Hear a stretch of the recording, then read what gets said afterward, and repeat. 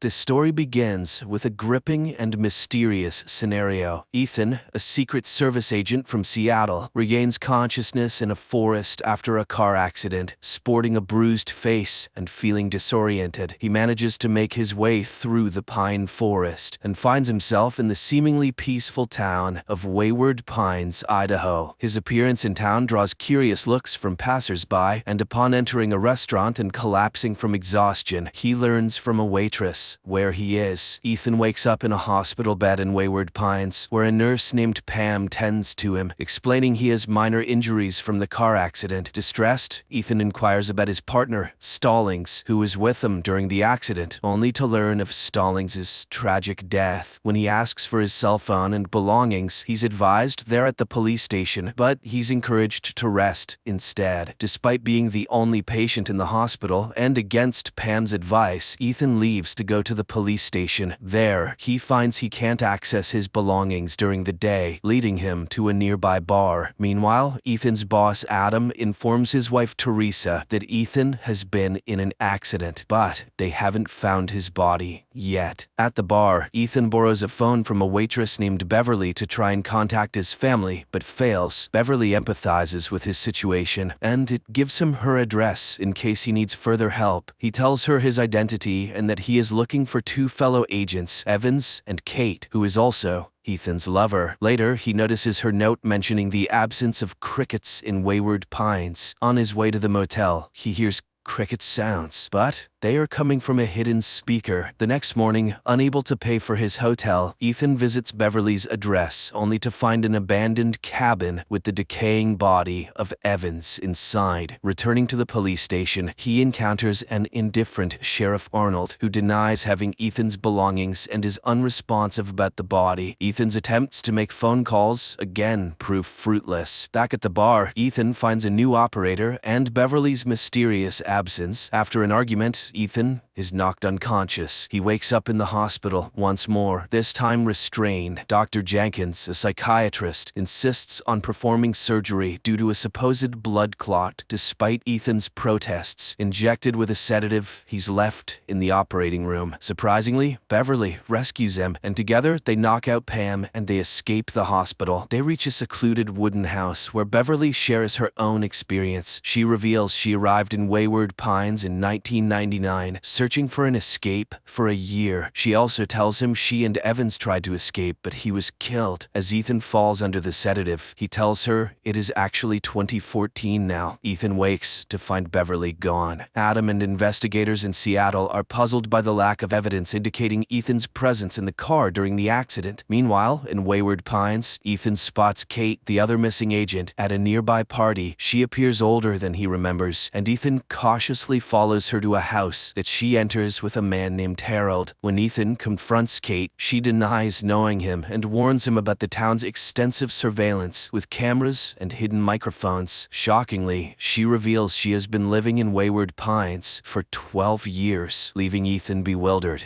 and alarmed. Determined to escape, Ethan steals a parked car, but his attempt to leave Wayward Pines is unsuccessful as he finds himself inexplicably back in town. Frustrated, he tries to flee on foot, only to be stopped by a massive electrified wall surrounding the town. Sheriff Arnold confronts him for the car theft and dismisses his claims of being a Secret Service agent. The next day, Ethan returns to the cabin where he found his colleague's body, still undisturbed. He discovers a mysterious notebook in his friend's boot, but is interrupted by Arnold, who arrives with a gun, claiming a forensic team is coming. Ethan is forced to leave and heads back to the hotel. At the bar, he unexpectedly encounters Beverly again. She covertly arranges a secret meeting and gives him money, hinting at a plan involving Evans's notebook. Using the money, Ethan visits a cafe and manages to call the Secret Service, only to realize the operator is an imposter. He becomes suspicious when the cashier hastily takes the banknote from him. Later, Ethan tries to connect with Kate at the toy store where she works. Despite his efforts, Kate remains distant and secretive, adhering to the town's strict rules against discussing the past. Ethan's confusion deepens when he visits Evans's home, where Evans's wife denies knowing him and claims she witnessed her husband's suicide. Seeking answers, Ethan confronts Arnold, who instructs him to stay at the hotel and informs him that Evans's body has been sent to the morgue. At At the morgue, Ethan retrieves the notebook from Evans's clothes. In a startling turn, Ethan sees his wife, Teresa, and son, Ben, being brought into the hospital on stretchers, but he can't find them anywhere. Dr. Jenkins warns Ethan that his condition is deteriorating and insists he needs surgery immediately. Back in Seattle, Teresa grows increasingly anxious about Ethan's whereabouts, with their son Ben suspecting Ethan might have run away with Kate. When she contacts Adam for information, he assures her of his efforts, but explains that the details are confidential, deepening the mystery and concern for Ethan's fate. The tension escalates as Ethan continues to unravel the mysteries of the town. He meets Beverly at their agreed location in Pine Forest, where she reveals that a tracking device has been implanted in him. Together, they remove the device in a secluded stone house. Beverly also shares the harrowing truth that Sheriff Arnold publicly executed Evans as a warning to the town. Ethan later meets Kate again, and despite his reservations, accepts an invitation to dinner at her house with Beverly.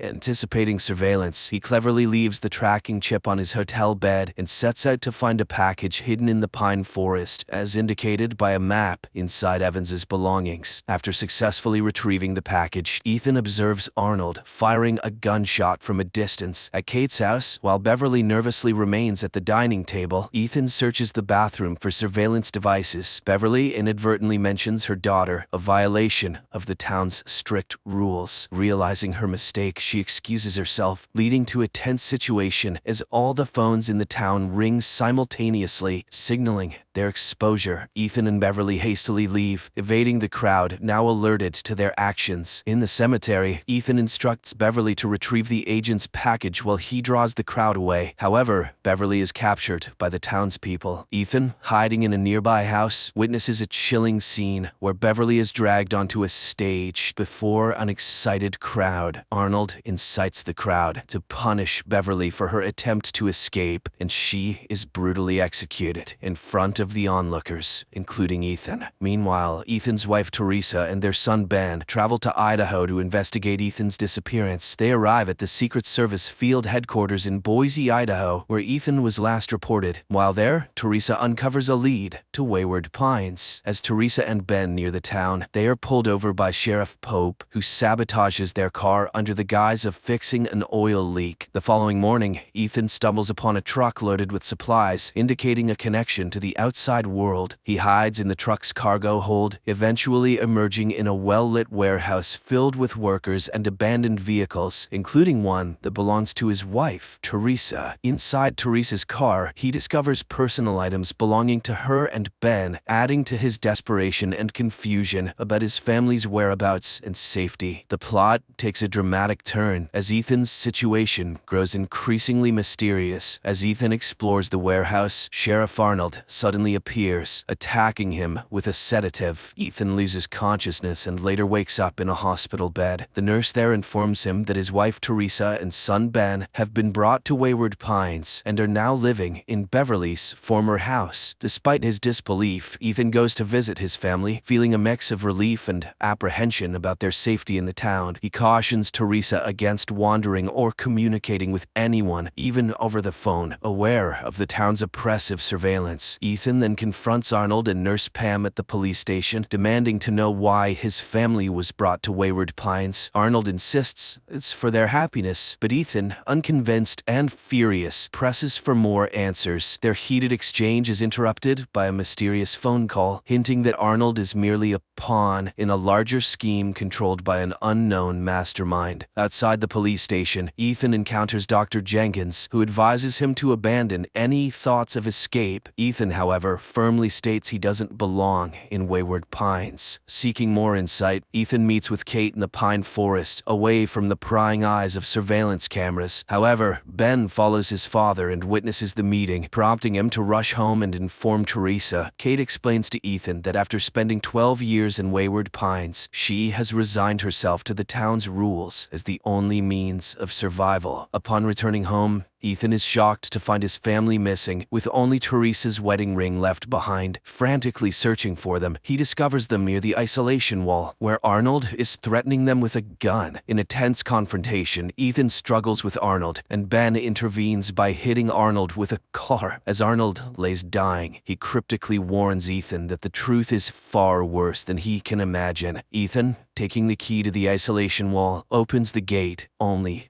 for a strange figure to snatch Arnold's body, accompanied by a creepy noise. Ethan quickly closes the gate and escapes with his family. Back at home, the family is deeply shaken. Ethan advises them to pretend to lead a normal life while they plan their escape. The next day, a mailman delivers a letter to Ben, welcoming him to Wayward Pine Academy, along with a uniform. Ethan, in need of a gun, visits the police station only to encounter the mayor, Brad, who warns him to follow the town's rules and avoid asking questions. Ethan is also congratulated on becoming the new sheriff, complete with a cake and a newspaper announcing Arnold's retirement. Reluctantly, Ethan plays along. Meanwhile, Ben attends Wayward Pine Academy, where he meets his teacher Megan, who is also the mayor's wife and a therapist specializing in molding the children's minds. Ethan, continuing his investigation, discovers hidden files on the town's residents, nudging him to delve deeper into the secrets of Wayward Pines. Soon after, the tension within the town continues to escalate. The residents capture a man named McCall, who is accused of spreading harmful ideas on walls. Nurse Pam pushes for a public execution the following night, but Ethan, now acting as the sheriff, strongly opposes it. In his office, Ethan interrogates McCall, but is interrupted by a phone call, leading him to reluctantly agree to execute McCall the next night. That evening, Ethan's son Ben sneaks out with his school friend Amy, indicating the younger generation's growing curiosity and defiance. Meanwhile, Ethan and Teresa have dinner at a local restaurant with the mayor and his wife Megan, where other town residents, including Pam, Kate, and her husband, are also dining. The celebration for the new sheriff follows, during which Pam takes the opportunity to congratulate Ethan, but also stresses the importance of upholding the town's strict rules. Ethan, feeling the weight of his new role, publicly declares his commitment to rooting out true evil in Wayward Pines. After the dinner, Ethan asks Teresa to return home, while he attempts to secretly help McCall escape from the cell. However, McCall suggests they head towards the isolation wall instead. At a cliff near the wall, McCall reflects on its purpose, whether it's meant to keep the residents in, or something from the outside out. In a moment of desperation, McCall embraces Ethan and then runs into the electrified wall, sacrificing himself in a bid for freedom. Teresa, meanwhile, receives a letter stating she can now work at the Wayward Pines Realty Associates, McCall's previous workplace. Ethan, determined to leave Wayward Pines, packs weapons and successfully climbs the cliff. However, he soon realizes he's being watched by a strange figure. As night falls, a dark shadow attacks him, injuring his arm. Despite firing his gun, Ethan is unable to fend off the swift creature. The next morning, Ethan prepares to navigate the pine forest, hoping to find help from the nearest city. In the town, Ben finds his new school unsettlingly perfect. While Teresa starts her new job at the realty office, she's assigned to assist a new resident, Wayne, who appears confused and disoriented. Sensing a shared experience, Teresa offers her help and discreetly inquires about his past. However, their conversation is interrupted by Pam. Later, Teresa takes Wayne to a house under the guise of giving a tour. Using the noise of a dryer as cover, she warns him about the surveillance in Wayward Pines. She learns from Wayne that he remembers waking up in a chamber, surrounded by others in a similar situation. Meanwhile, Ben and two new students are called to a closed, all-white room for orientation. Megan, the teacher and mayor's wife, begins the session, hinting that they are about to learn the hidden truths of Wayward Pines. Teacher Megan reveals a disturbing image of a hairless, monstrous humanoid creature evolved from humans in a dominant predator known as Abby, short for an aberrant. She explains that these creatures, Abbies, travel in herds, with the lunch break offering the students a brief respite to process this revelation. The session resumes. Each student receives an ancient coin dated 2095, leading teacher Morgan to reveal a startling fact. The current year is not 2014, as they believed, but 40 28. She explains that their supposed accidents were actually deliberate selections to bring them to Wayward Pines. The residents, including the students, have been in hibernation chambers for over 2 millennia, chosen by the program's creator, David, who Megan says is always watching over them, though they will never meet him. Ethan, feeling a constant sense of surveillance, ventures into the woods. He cleverly uses an animal carcass to mask his scent and observes the Abbeys. His journey through the pine forest leads him to the ruins of human civilization, confirming teacher Megan's revelations. Unexpectedly, he encounters a helicopter and meets Dr. Jenkins, who reveals himself as David, the architect of Wayward Pines. David urges Ethan to return to town promptly. My friends, the continuation of the story is now on the screen in front of you.